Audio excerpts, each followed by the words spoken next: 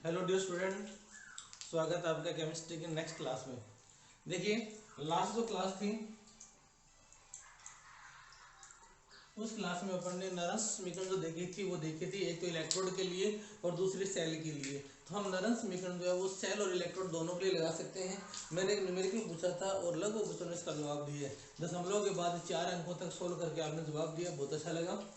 अब देखिए जी, नेक्स्ट जो टॉपिक है वो है मानक इलेक्ट्रोड विभव, या मानक इलेक्ट्रोड विभव ना आए तो सीधा इलेक्ट्रोड विभव नाम आ सकता है। इलेक्ट्रोड विभव व साम्य अवस्था नियतांक में संबंध, और इलेक्ट्रोड विभव व गिब्स मुक्त ऊर्जा में संबंध। ठीक है ना। तो नया हेडिंग डालीजिए,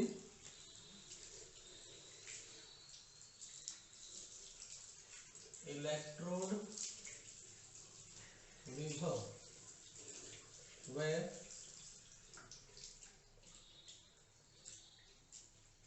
साम्य अवस्था, यहां से भी न्यूमेरिकल बनते हैं, नियतांक में संबंध तथा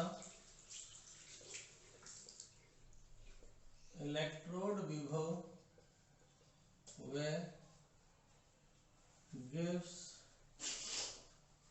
मुक्त ऊर्जा में संबंध। ये टॉपिक कई बार घूम के पूछा जाता है। कई बार वो इलेक्ट्रोड विभव नाम नहीं देता और वो इसकी जगह विद्युत वाहक बल दे देता है, तो ऐसे भी आ सकता है।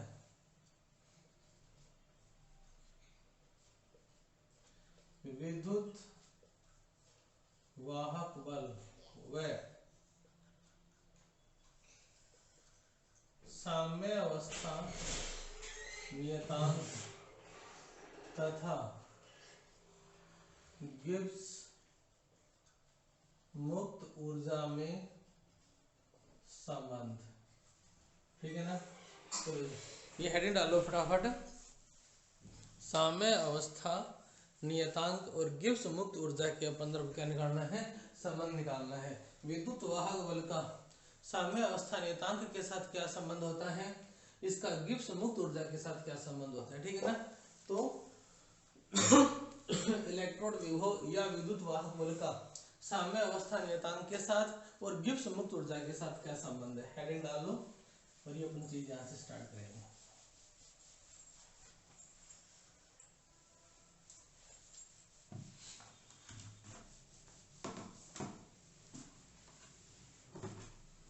हम मानक इलेक्ट्रोड विभव या सेल विभव या विद्युत वाहक बल का गिब्स मुक्त ऊर्जा और तुम्हारा जो साम्य अवस्था नियतांक है उसके साथ संबंध स्थापित करना है।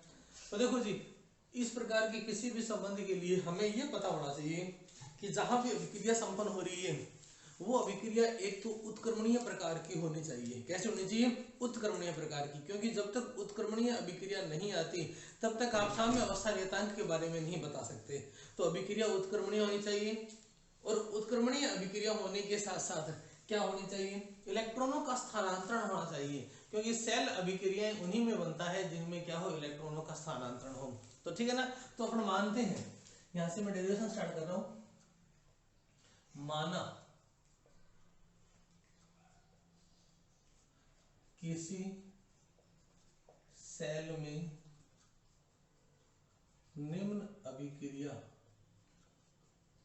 संपन्न होती है। हम मानते हैं, माना एक क्रियाकारक ए था, एक क्रियाकारक बी था, उन्होंने उत्पाद बनाया सी और डी, और मैं कहता हूं कि इसके ए अणु थे, इसके बी थे, इसके सी थे, इसके डी थे। ये +1 में अपने सामने वाले चैप्टर में पढ़ा हुआ है। ठीक है ना। और एक काम करो, यहाँ लिख दो n इलेक्ट्रॉन। ये मैं लिख रहा हूँ, ना लिखो तो भी कोई दिक्कत नहीं है। n इलेक्ट्रॉन, ये इस चीज की पुष्टि करते हैं कि n इलेक्ट्रॉन जो है ना वो अभिक्रिया में स्थानांतरित हो रहे हैं, यानी यहाँ दिए जा रहे हैं तो यहाँ लिए जा रहे हैं, इसलिए अपन ने क्या लिख दिया, n इलेक्ट्रॉन। आदान प्रदान इलेक्ट्रॉन लिखते ही अभिक्रिया कौन सी होगी, सेल वाली होगी, और साम्य अवस्था का साइन लगा दिया तो अभिक्रिया उत्क्रमणीय प्रकार की होगी। इस चीज का क्लियर है। अब देखो जी, थोड़ा सा +1 को दिमाग में लाओ, किसके अनुसार, अकॉर्डिंग टू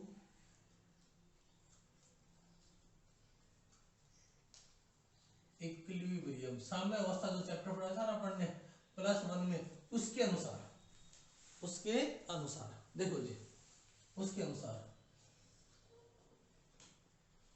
उपरोक्त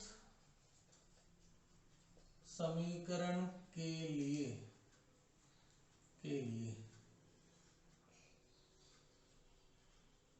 साम्य अवस्था के अनुसार किसी समय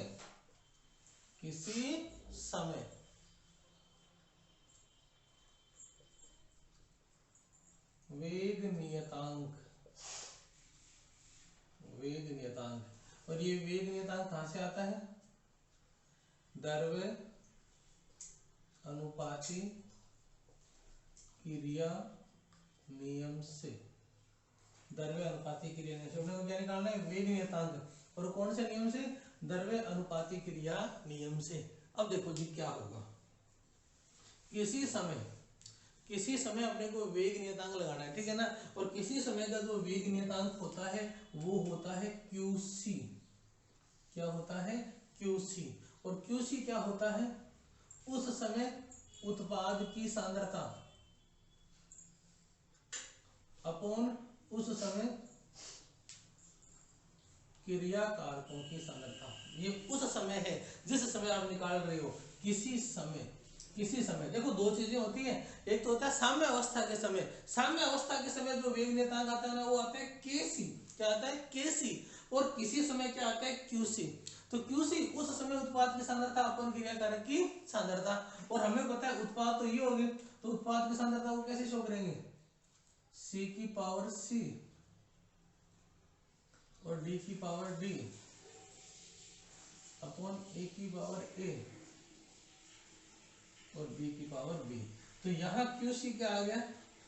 QC इक्वल टू C की पावर C, D की पावर D और A की पावर A और B की पावर B। चलो जी, ये बात हो रही है किसी समय की। साम्य अवस्था के अनुसार किसी समय ये होता है, ठीक है ना। चलो जी, अब उसी समय, जिस समय ये बात कर रहे हैं उसी समय, अब देखो जी, उसी समय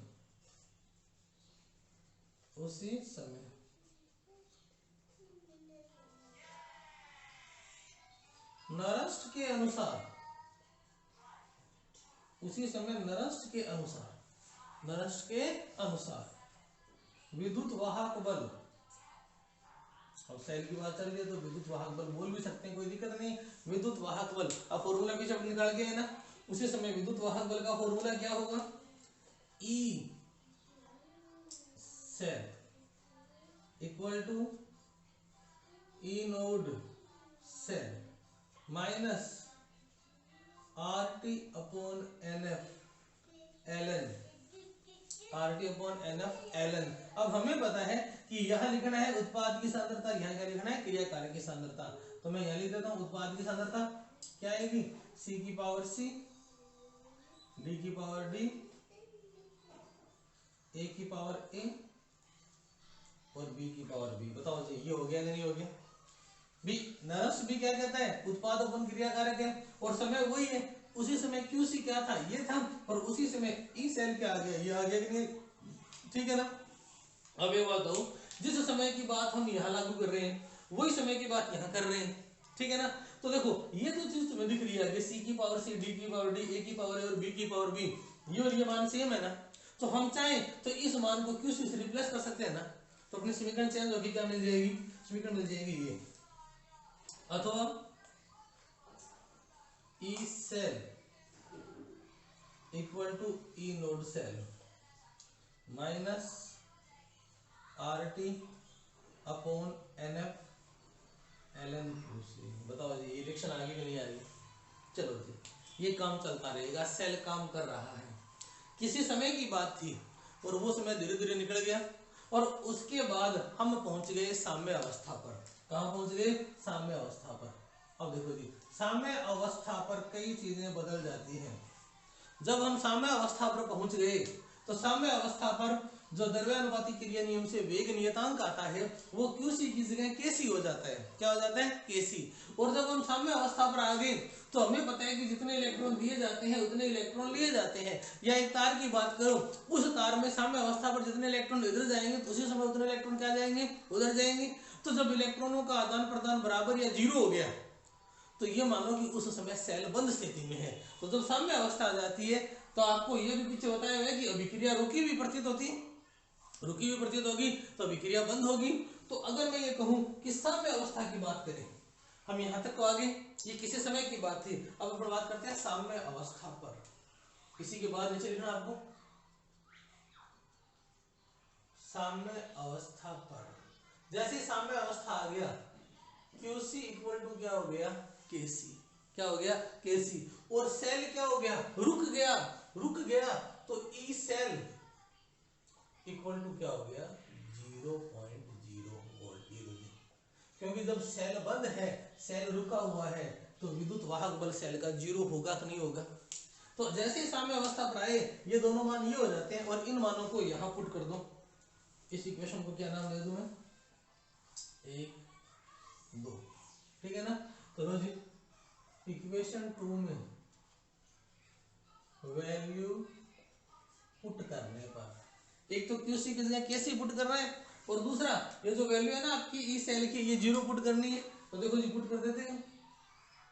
0.0 इक्वल टू आ गया E naught cell minus R T upon N F L N K C. और इसका आगे सॉल्यूशन करें तो ये लो जी, इस ई नोड सेल को इधर ले आओ, ये माइनस का था, ई नोड सेल इधर आके माइनस का हो जाएगा, माइनस माइनस दोनों तरफ काट देंगे तो क्या मिलेगा? E naught cell equal to R T upon N F L N K C. अब एन एफ को इधर ले आओ तो क्या मिलेगा? N F E naught equal to R T L N K C. ये संबंध अक्सर पूछा जाता है, ठीक है ना? ये संबंध अक्सर पूछा जाता है। बात करें न्यूमेरिकल की तो हमारे जो न्यूमेरिकल आएंगे उस न्यूमेरिकल में ये संबंध काम आता है। L N K C equal to N F E naught upon R T.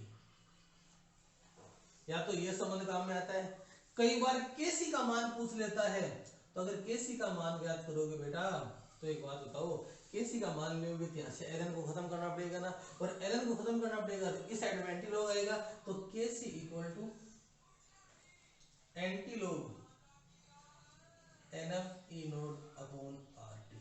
ये लो, कई बार तुम्हें यहाँ लाके छोड़ना पड़ेगा न्यूमेरिकल, ठीक है ना? भी हो सकता है तुम्हें एंटी लॉग निकालना नहीं आए और तुम्हें टेबल भी ना मिले, तो अगर कोई न्यूमेरिकल आ जाता है जिसमें केसी की वैल्यू पूछी जाती है तो यहाँ निकाल के छोड़ दोगे, ठीक है ना? इसको देखो एक बार,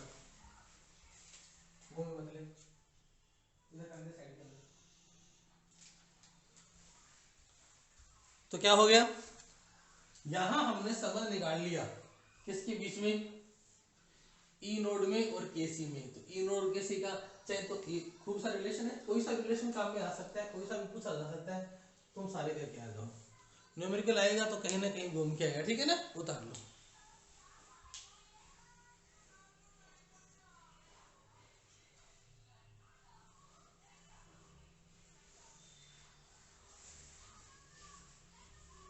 ठीक है, इसको उतारिए फटाफट। इसके बाद अभी तो अपने पहुंचे कहां तक? साम्य अवस्था नियतांक कर। अभी अपने गिब्स मुक्त ऊर्जा में निकालने, ठीक है ना? अभी तो अपने क्या कर लिया? साम्य अवस्था नियतांक तक पहुंच चुके। अब आगे गिब्स मुक्त ऊर्जा की बात करेंगे।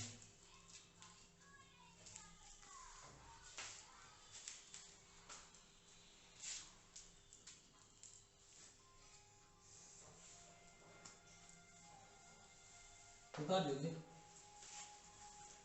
बता देता हूं।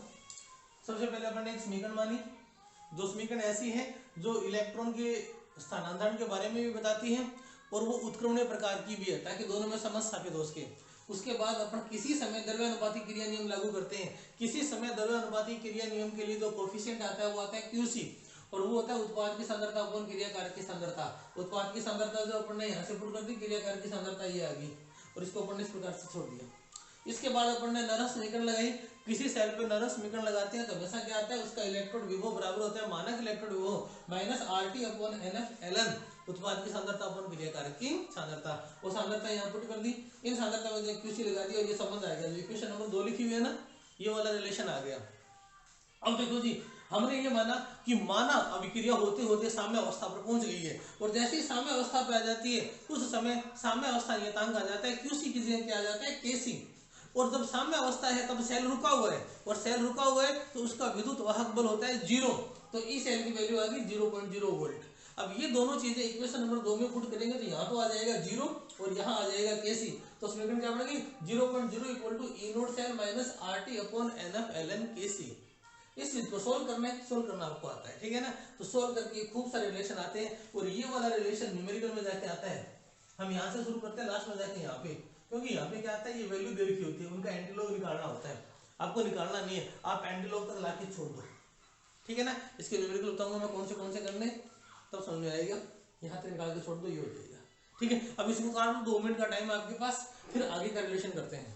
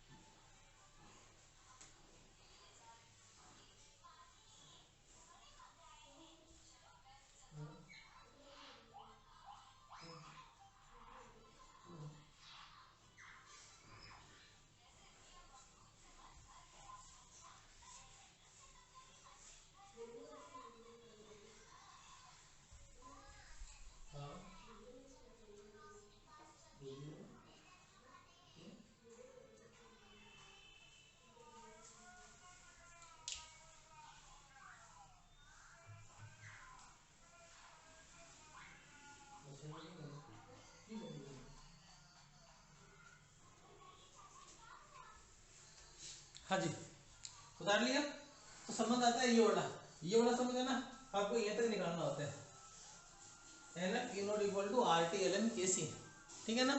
और RT ln KC के अंदर किसी भी चीज की वैल्यू निकालो, कोई दिक्कत नहीं आती।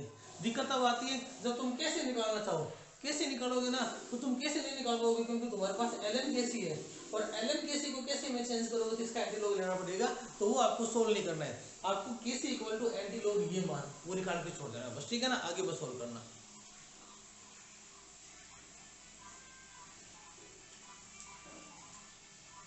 एक मिनट एंटीलॉग ऐसे नहीं करना, सॉरी ये गलत हो गया था, ठीक है ना। अपने पास ln KC है, ln KC को पहले log KC में चेंज करते हैं, ठीक है ना। और log KC में क्या आएगा 2.303 log KC इक्वल टू क्या आएगा NF E not upon RT। ln KC या log KC 2.303 लगा दिया। अब अपने को क्या निकालना है, अब अपने पास log KC की वैल्यू आ गई, यहाँ लिखा बेटा, आगे देख लेना। मैंने सीधा ln से एंटीलॉग कर दिया था, ln से एंटीलॉग नहीं होगा। अब देखो जी, log KC इक्वल टू क्या आ गया NF E naught upon 2.303 RT। अब निकालेंगे KC। KC इक्वल टू क्या होता है antilog NF E naught upon 2.303 RT। ये 2.303 RT में लगाना भूल गया था पहले, ये लो जी, सॉरी, इसको अपडेट कर देना, ठीक है, उसको हटा देना। ये चीज आएगी ln से एंटीलॉग नहीं निकालना, ln है, ln को पहले log में चेंज करेंगे 2.303 log, और इस सारी चीज को क्या करेंगे हटा देंगे। 2.303 तो वैसे ही वहां चला जाएगा, तब log KC आ गया, और log KC को KC में चेंज करना है तो सीधी सी बात है log का भाग दे दो, तो log का log भाग देने पे खत्म हो गया, और यहाँ 1 अपॉन log ये आपका एंटीलॉग आ गया। तो antilog NF E naught upon 2.303 RT, ठीक है ना। ये न्यूमेरिकल में काम आते हैं, रिलेशन यहाँ तक निकालना है, ठीक है। चलो इसको अपडेट कर लो, उसके बाद फिर अपन चलते हैं कहां पर, गिब्स मुक्त ऊर्जा वाले संबंध पर।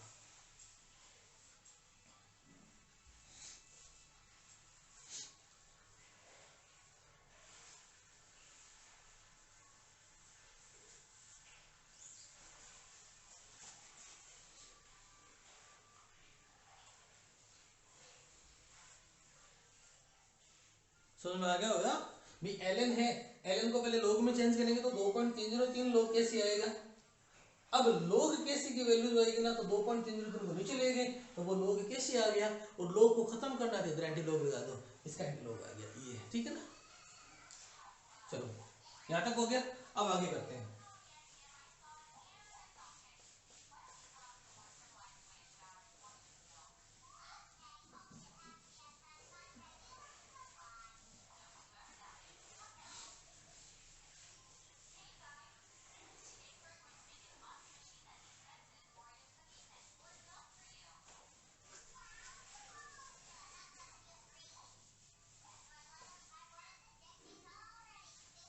हाँ जी, अब देखो यहां तक जो संबंध निकाला है वो संबंध अपना ये वाला आ गया, मैंने इसको छोड़ दिया था, मिटाया नहीं है। N F E naught equal to R T L N K C, ये साम्य अवस्था नियतांक और गिब्स सॉरी साम्य अवस्था नियतांक और सेल विभव या विद्युत वाहक बल में संबंध आ गया।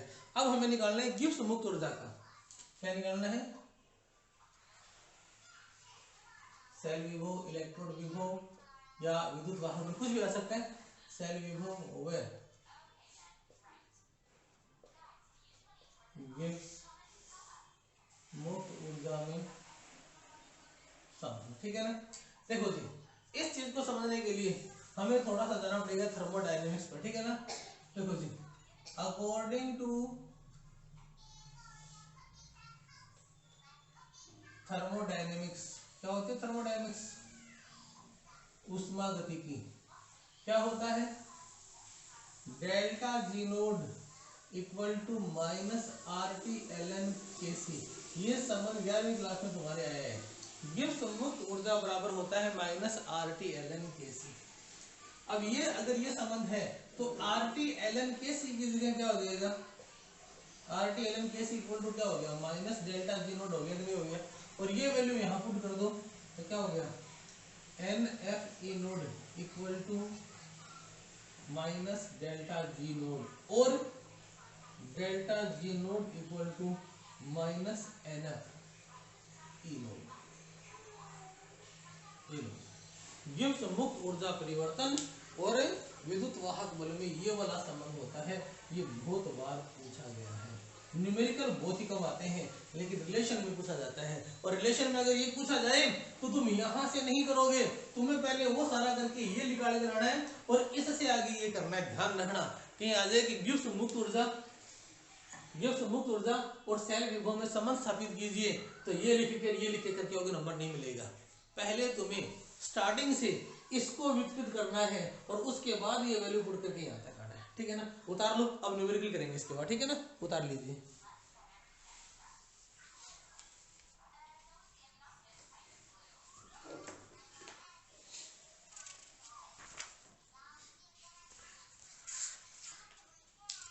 उतार लो फटाफट, फिर देखते हैं न्यूमेरिकल दे देखें तो वो कर लेंगे।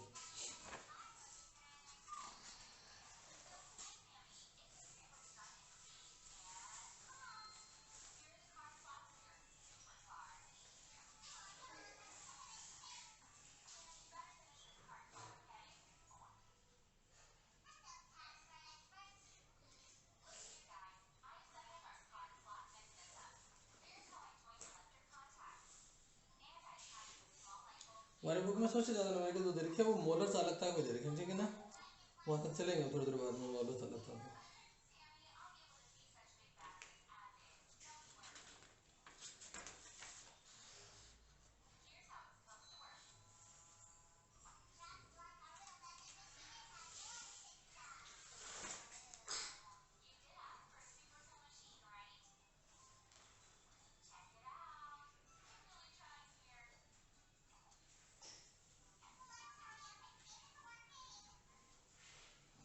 नहीं को साम्य अवस्था निकाल का न्यूमेरिकल।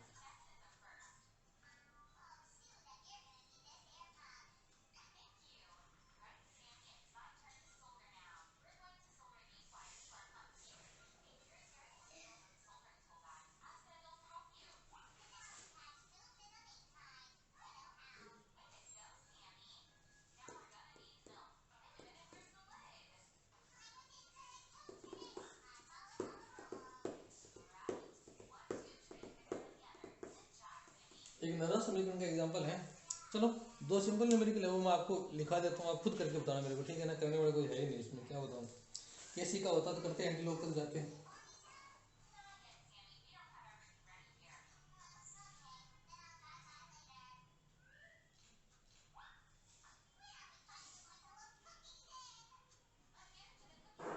बता लिया एक न्यूमेरिकल लिख रहा हूँ, ठीक है ना। एक दो न्यूमेरिकल लिखूंगा, वो दोनों आप खुद करके दिखाओगे, फिर आगे का टॉपिक करते हैं।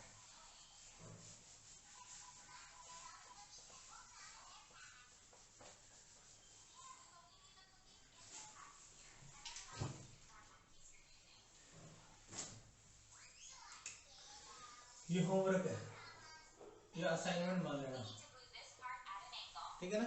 पहला क्वेश्चन,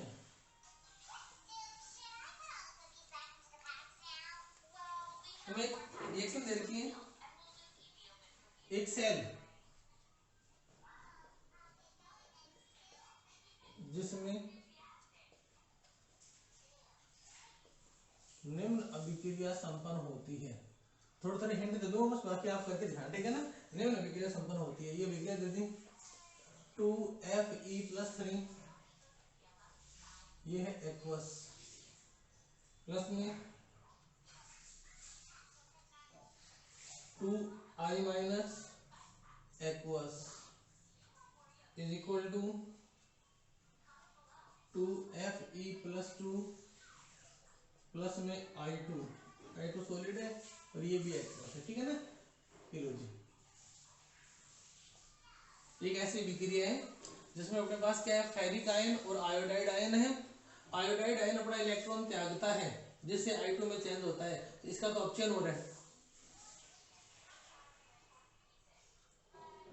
इलेक्ट्रॉन त्याग के I2 में चेंज हो रहा है, इसका ऑक्सीकरण हो रहा है।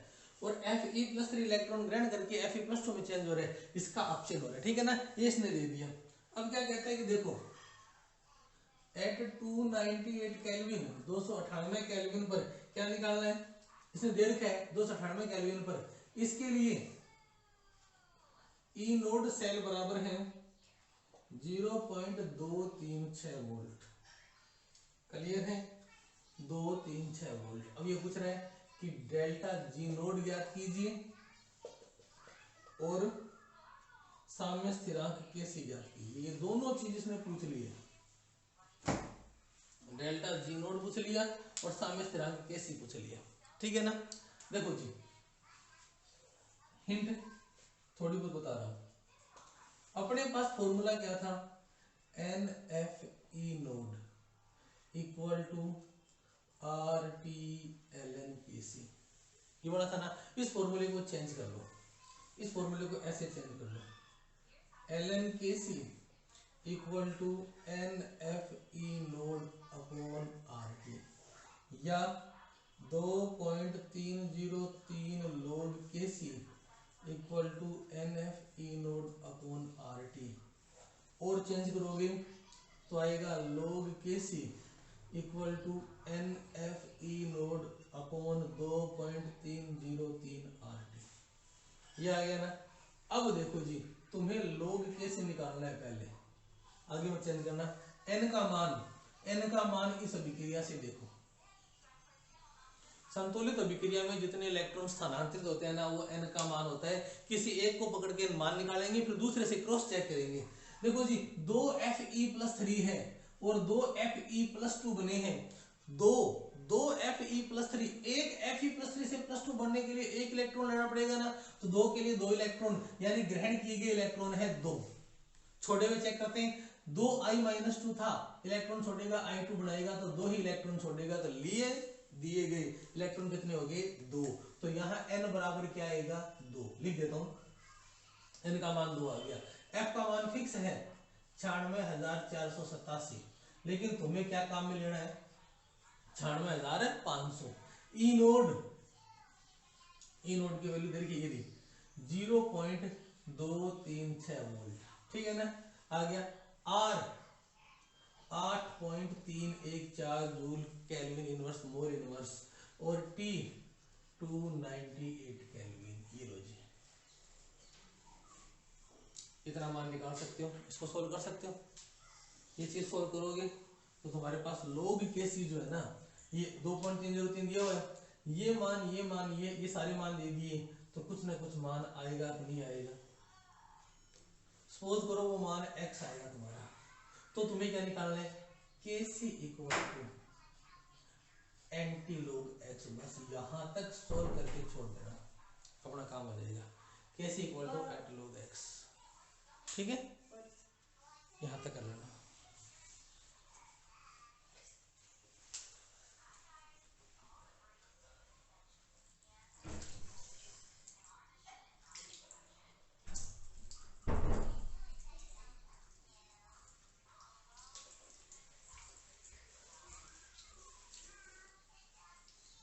हो गया, ठीक है। अच्छा, अब बात आएगी किसकी, गिब्स मुक्त ऊर्जा वाले की। गिब्स मुक्त ऊर्जा वाले के लिए फॉर्मूला क्या था, delta G naught equal to minus N F E naught, ये था ना। डेल्टा जी नोड ये रहा, ये हमें निकालना है।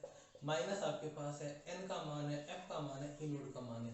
बताइए जी, डेल्टा जी नोड नहीं निकाल लोगे क्या? अगर हिंट समझ में आ गया हो तो इसको उतार लो, और ये तुम मुझे भेजोगे आज शाम तक, ठीक है ना। फटाफट उतार लो ये हिंट वगैरह पूरा क्वेश्चन, फिर दूसरा क्वेश्चन और देता हूँ। इसकी भी असाइनमेंट है, ये शाम तक आ जाना चाहिए वापस आपके जवाब।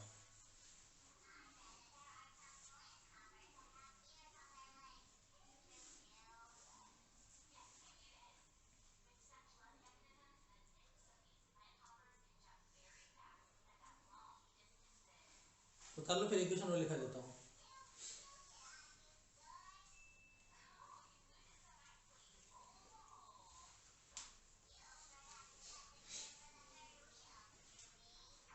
दूसरा क्वेश्चन देखो,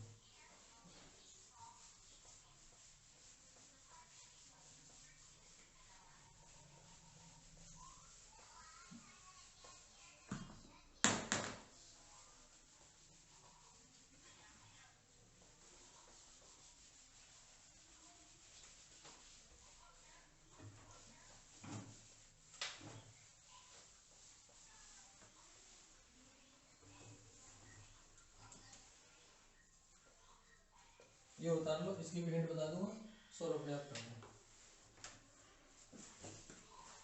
एक आधे क्वेश्चन हो सकता है मैं बाद में भेजूं, असाइनमेंट चेक कर लेंगे। हाँ जी, इसने एक क्वेश्चन दे रखा है, एन आई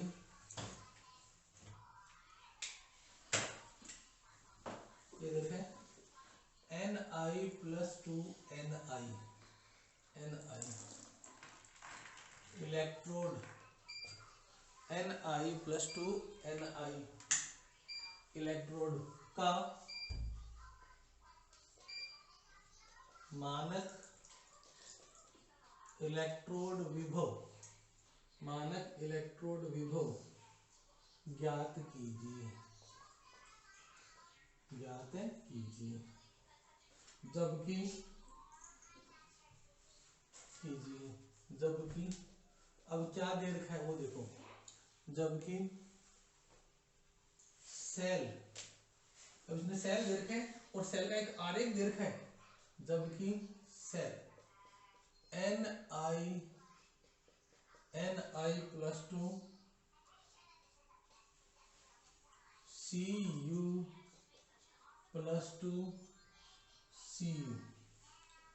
अब यहां इसमें यहां दे रखा है 1m और ये भी है 1m, सी यू सेल ये दे दिया का सेल विभव, सेल विभव 0.59 वोल्ट है तथा C U plus two C U का अर्ध सेल विभव, ये यहाँ पे कंफ्यूज करने की कोशिश करेगा, अर्ध सेल विभव 0.34 वोल्ट है। देखो जी, वही मैंने आपको बताया था कि अज्ञात इलेक्ट्रोड का इलेक्ट्रोड विभव कैसे फाइंड आउट करेंगे। तो इस निकल का इसका इलेक्ट्रोड विभव तो ज्ञात करना है, इसका दे रखा है पूरे सेल का दे रखा है, ठीक है ना, पूरे सेल का दे रखा है। अब ध्यान रखना यहाँ पे क्या क्या चीज क्या है। देखो जी, कुछ चीजें जो तुम्हें सबसे पहले लिखनी है ताकि किसी प्रकार का कंफ्यूजन बाद में नहीं आए, वो देखो। सबसे पहले ये लिखना है एनोड। एनोड कौन सा है? निकल चेंज हो रहा है किसमें? निकल +2 में, ये एनोड का काम कर रहा है। कैथोड, कैथोड कौन सा हो रहा है? Cu+2 चेंज हो रहा है किसमें? Cu में। ध्यान रखना, एनोड जो होता है ना वो लेफ्ट इलेक्ट्रोड होता है, अपन ने हमेशा पढ़ा था, और ये होता है राइट इलेक्ट्रोड। क्या होता है? Right electrode. ये कौन सा होता है? Left electrode. ये कौन सा होता है? Right electrode. तो फॉर्मूला क्या आ गया? E cell equal to ER minus EL। अब यहां से तुम कुछ निकाल सकते हो तो ठीक है, इससे ज्यादा हिंट नहीं दूंगा, ठीक है ना? यही चीज होगी। क्लियर है? चलो, कई बार ऐसा हो सकता है इसमें इसका अर्ध विभव 0.34 वोल्ट दिया है। हाँ 0.34 वोल्ट, ठीक है ना? कई बार ऐसा हो सकता है ये दोनों सांद्रताएं दे रखी है और दोनों के मानक इलेक्ट्रोड विभव दे देता है। क्या देता है? मानक इलेक्ट्रोड विभव। और सेल का जो ये विभव है ना ये पूछ लेता है तो वो भी निकाल लेंगे। तो यहाँ से तुम्हारे पास इसकी वैल्यू दे रखी है और राइट की दे रखी है, लेफ्ट निकाल रहे हैं, निकाल लोगे। तो ये भी अपने आप कर लेना, ठीक है ना? इसको भी उतार लो, उतार लो। इसके बाद फिर अपन दूसरे प्रकार का सेल करते हैं। अभी तक जो अपना सेल चल रहा था वो चल रहा था विद्युत रासायनिक सेल। इसके बाद अपन करेंगे विद्युत अपघटनी सेल। तो उतार लो, फिर नया हेडिंग विद्युत अपघटनी सेल। वहां से भी अच्छे न्यूमेरिकल बनते हैं।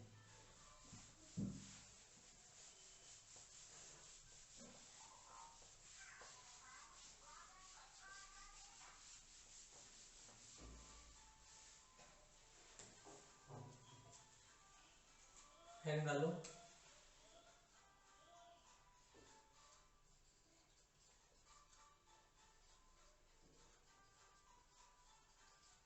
विद्युत अपघटनी सेल या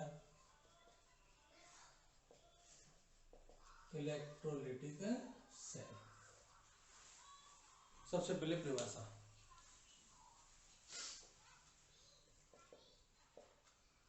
ऐसी युक्ति जिसमें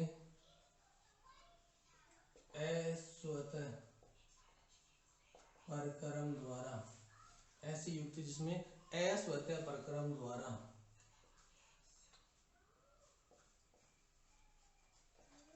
विद्युत ऊर्जा को रासायनिक ऊर्जा में परिवर्तित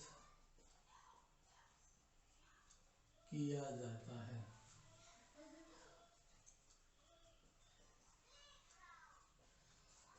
विद्युत अपघटनी सेल कहलाता है। सबसे पहले उतार लो, विद्युत अपघटनी सेल क्या होगी? ऐसी डिवाइस है या युक्ति है जिसमें हम क्या करते हैं, किसी विद्युत ऊर्जा को रासायनिक ऊर्जा में बदलते हैं, और वो भी कौन से प्रक्रम के द्वारा? अस्वतः प्रक्रम के द्वारा, अस्वतः प्रक्रम के द्वारा। अब देखो, विद्युत अपघटनी सेल में हमेशा विद्युत अपघटन का अध्ययन किया जाता है, और विद्युत अपघटन का अध्ययन करते हैं तो फैराडे के नियम पढ़े जाते हैं। फैराडे के नियम, अब फैराडे के नियम तो आज हो नहीं सकते, कल की क्लास में करेंगे। तो आज थोड़ा सा एक क्वेश्चन पे डिस्कस करते हैं, ठीक है ना? और वो क्वेश्चन इसके बाद आता है, ठीक है ना? तो क्वेश्चन लिख रहा हूँ, इंपॉर्टेंट है। क्या किसी विद्युत रासायनिक सेल को विद्युत अपघटनी सेल में बदला जा सकता है? ये प्रश्न है, और ये प्रश्न आपके लिए है, इट्स फॉर यू। आपका जवाब मेरे पास आना चाहिए। देखना, क्या किसी विद्युत रासायनिक सेल को विद्युत अपघटनी सेल में बदला जा सकता है? यदि हाँ तो कैसे, और नहीं तो क्यों? यदि अपन बदल सकते हैं तो कैसे बदल सकते हैं, और नहीं बदल सकते तो क्यों नहीं बदल सकते, ठीक है ना। तो ये क्वेश्चन तुम्हारे लिए, इसको देखो, ढूंढो क्या किसी विद्युत रासायनिक सेल को विद्युत अपकरणीय सेल में बदला जा सकता है। कल की क्लास में सबसे पहले इसका जवाब देंगे, और उसके बाद अपन जो करेंगे वो है फैराडे के नियम या विद्युत अपघटन के बारे में पढ़ेंगे, ठीक है ना। आज के लिए हाँ लगभग 40 मिनट की क्लास हो चुकी है, तो आज के लिए इतना ही काफ़ी है। कोई दिक्कत हो तो डाउट बॉक्स है। Okay bye.